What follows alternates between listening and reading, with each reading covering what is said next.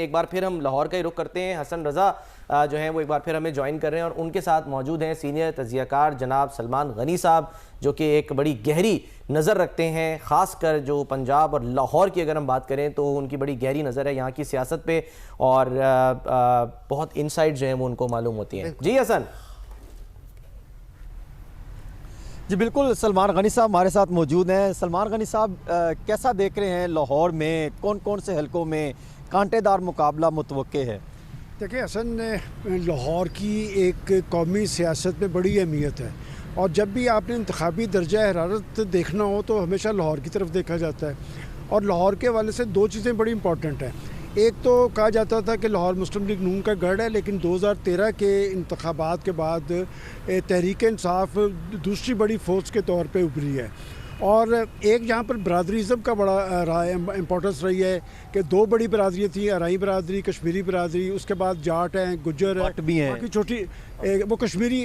तो बात है कि लेकिन हमेशा गलबा जो है पोलिटिकल पार्टीज़ का रहा है। इस दफ़ा का इलेक्शन थोड़ा सा मुख्तलिफ है कि माजी के इलेक्शन से कि लाहौर के अंदर गहमा गहमी होती थी।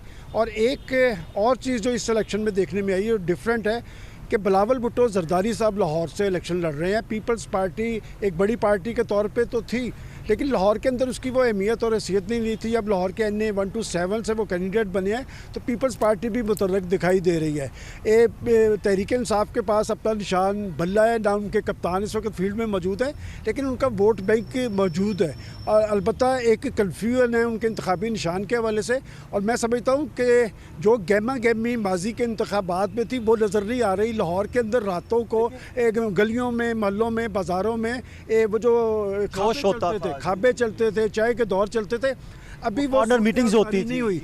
इसलिए मैं समझता हूँ कि लाहौर के इंतखाबात को आपने देखना है ना, तो अगर तो 50% से कम टर्न आउट रहता है तो उसका मुस्लिम लीग नून को फ़ायदा होगा, और अगर 50% से ऊपर जाएगा तो तहरीक इंसाफ को उसका फ़ायदा हो सकता है। सलमान साहब, ये फरमाइएगा जैसे अभी आपने बिलावल भुट्टो जरदारी के हलके का जिक्र किया है, 127 वहाँ पे मद्दे मुकाबिल अता तारर है। उससे पहले इस हलके में अली परवेज़ मलिक थे, तो उन्होंने बड़ा काम किया, शाइस्ता परवेज़ मलिक साहिबा, और वो ज़िमनी में भी जीत गई थी।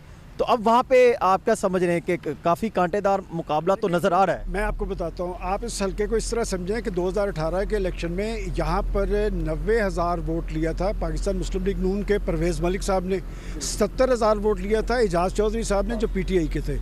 जो ज़िमनी इंतखाब जो ज़्यादा डिस्कस हो रहा है ना कि परवेज़ मलिक साहब की वफाक के बाद शाइस्ता साहिबा वहाँ से उम्मीदवार थी और असलम गिल साहब थे।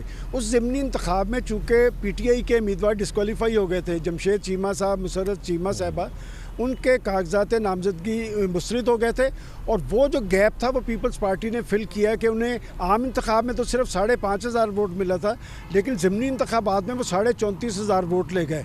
और पीपल्स पार्टी उस हलके को टारगेट कर रही है। वैसे तो लाहौर के 14 हलके हैं, लेकिन पीपल्स पार्टी का जो सारा इम्फेसाइज कर रही है वो बिलावल भुट्टो जरदारी। बड़ा सरप्राइज़ है। मैं समझता हूँ कि वहाँ पर पीपल्स पार्टी जोर लगा रही है, लेकिन बुनियादी तौर पर वो पाकिस्तान मुस्लिम लीग नून का ही हलका है। यहाँ से वहीद आलम साहब भी जीते हैं, परवेज़ मलिक साहब जीते हैं।